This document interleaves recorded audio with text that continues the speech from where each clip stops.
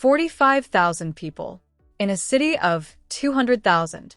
For a tennis player ranked 45th in the world who has never won a Grand Slam. Let that sink in for a second, because when you really stop and think about what happened in Linz, Austria, it stops making sense by normal logic. And that's exactly what makes it one of the most fascinating stories in women's tennis right now. We're not talking about a packed stadium. We're talking about streets.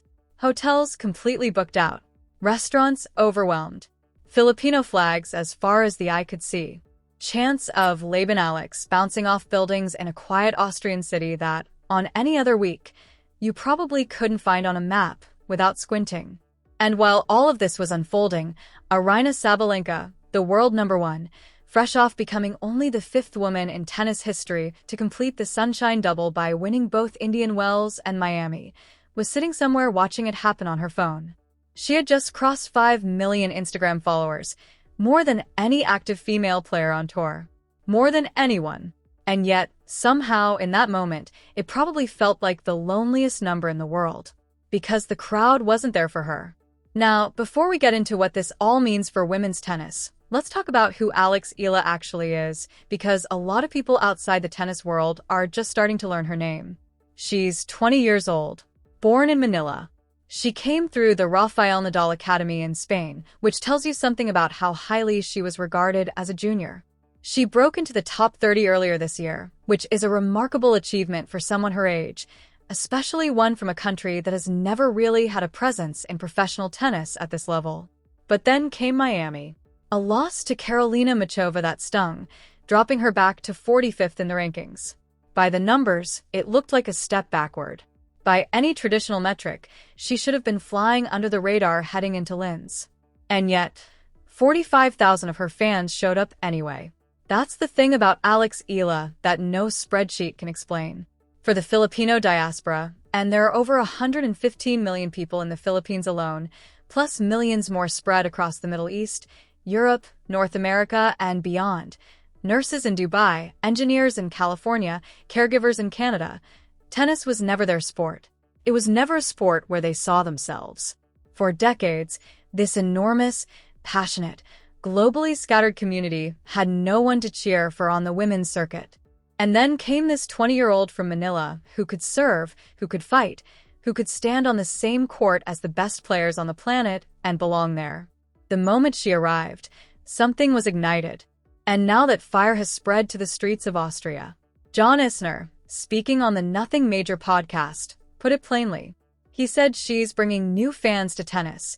People who had never followed the sport before are now buying flights and booking hotels just to watch her play. That's not normal. That doesn't happen with most players, even at the very top of the game. Paul Annacone, who once coached Roger Federer, talked about the kind of passion that comes when a player from a smaller country breaks through. He said the fans are so passionate, and that passion is tangible. You can feel it. And what Linz proved is that you don't just feel it in the stadium. You feel it in the city. Now, let's talk about Sabalenka, because she is the other half of the story, and it's a complicated one. Aryna Sabalenka is genuinely one of the greatest players of her generation. She has 4 Grand Slam titles. She has reached 8 Grand Slam finals. She is number 1 in the world. She completed the Sunshine Double, a feat only a handful of women in the history of the sport have ever managed. She grew from 3.8 million Instagram followers to 7 million in less than 6 months, the fastest growth of any WTA player on tour. She got engaged to Giorgio Franchitti, the CEO of Oakberry, and that alone generated over 1 million likes. She posts dance videos. She gives fans behind-the-scenes access to her life. She has, by every modern measurement, built one of the most successful personal brands in women's tennis. And none of it, not one piece of it, put 45,000 people on a plane to Austria. There's a moment in every athlete's career where they're forced to look at something they cannot control and sit with it. For Sabalenka, that moment appears to have been scrolling through footage of Linz. A sea of yellow and blue. Drums.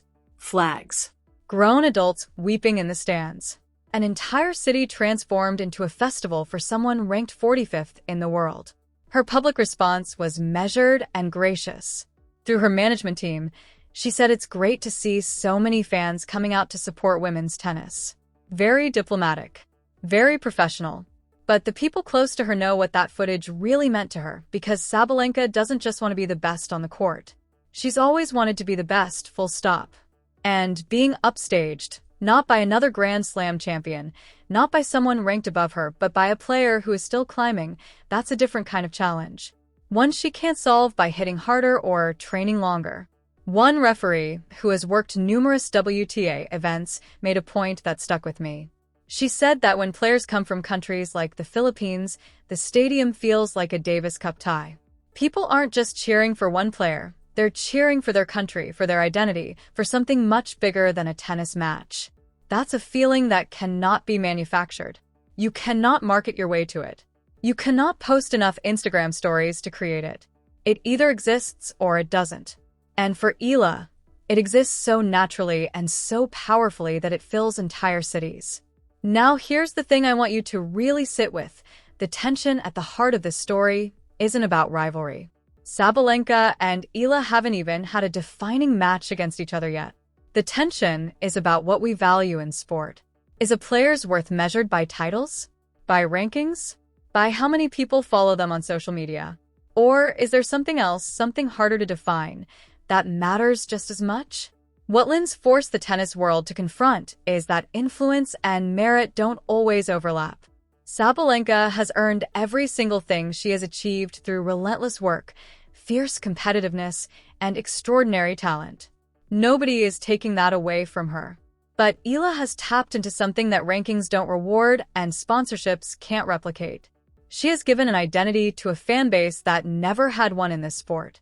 That is worth something enormous to the WTA, to tournament directors, to broadcasters, to sponsors looking to reach a market that has largely been untouched by tennis. And beyond the business side, it's just a beautiful thing to witness. The fact that a 20-year-old from Manila can cause 45,000 people to rearrange their lives, spend money they might not easily have, cross borders, and show up in a small Austrian city just to feel the electricity of watching her compete, tells you everything about what sport can be at its highest purpose. It's not about rankings. It's not about Instagram. It's about seeing yourself in someone. It's about believing that someone who looks like you, who comes from where you come from, can stand among the best in the world and belong. And that is what Eala gives to an entire nation and a diaspora spread across every corner of the planet. Her clay record coming into Linz was modest at best. 3 wins from 10 matches at tour level on the surface. No deep runs at the majors on clay. By that measure, you might expect the pressure and expectation to weigh her down. But pressure doesn't seem to follow normal rules when it comes to her. The crowd doesn't feel like pressure, it feels like fuel. Every point she wins sends a ripple through the stands that you can physically feel. Every error she makes is met not with frustration, but with encouragement, with noise, with people reminding her that they're still there, that they didn't fly from London or Geneva or Dubai just to give up on her after one bad game. For Sabalenka, watching this unfold in real time has to spark something. And I don't mean jealousy in a petty sense. I mean the competitive fire that drives every elite athlete. She has privately, according to people around her, questioned how a player with fewer accolades and a lower ranking commands this level of devotion. And that's a fair question. But it's also the wrong question. Because the answer isn't about accolades or rankings. It's about something much older and more human than any of that. The need to belong, to be represented, to see the impossible made real. The WTA itself is paying close attention. Tournament directors in cities where Eala has competed, Dubai, Miami, now Linz, have all seen what she brings. Ticket demand spikes. Merchandise sells out. Local economies feel the impact. This is not a niche curiosity anymore. It is a commercial force. And the question the tennis world is quietly asking behind closed doors is, what do you do with a player who moves markets before she's even won a major? The honest answer is you make room for her. You recognize that the game is bigger than its traditional metrics suggest, and that stars can emerge in forms that the old frameworks weren't built to measure. As the clay season stretches out ahead, with Roland Garros on the horizon, the stakes for Eala are obvious. A strong run at Linz could push her back toward the top 30, even into the top 25. A title would rewrite her story entirely. But she's already written something that doesn't need a trophy to validate it. She has proven that in the modern era of tennis, the greatest victories aren't always measured in sets and games. Sometimes they're measured in flags, in chants, in 45,000 people who crossed a continent just to say, "We see you, we're here, and we're not going anywhere." And for Aryna Sabalenka, standing at the top of the game with every traditional measure of success in her hands, the lesson from Linz is one she'll carry with her. Trophies define a career. But connection, real, raw, unbreakable human connection, that's what defines a legacy. And this story is only just beginning.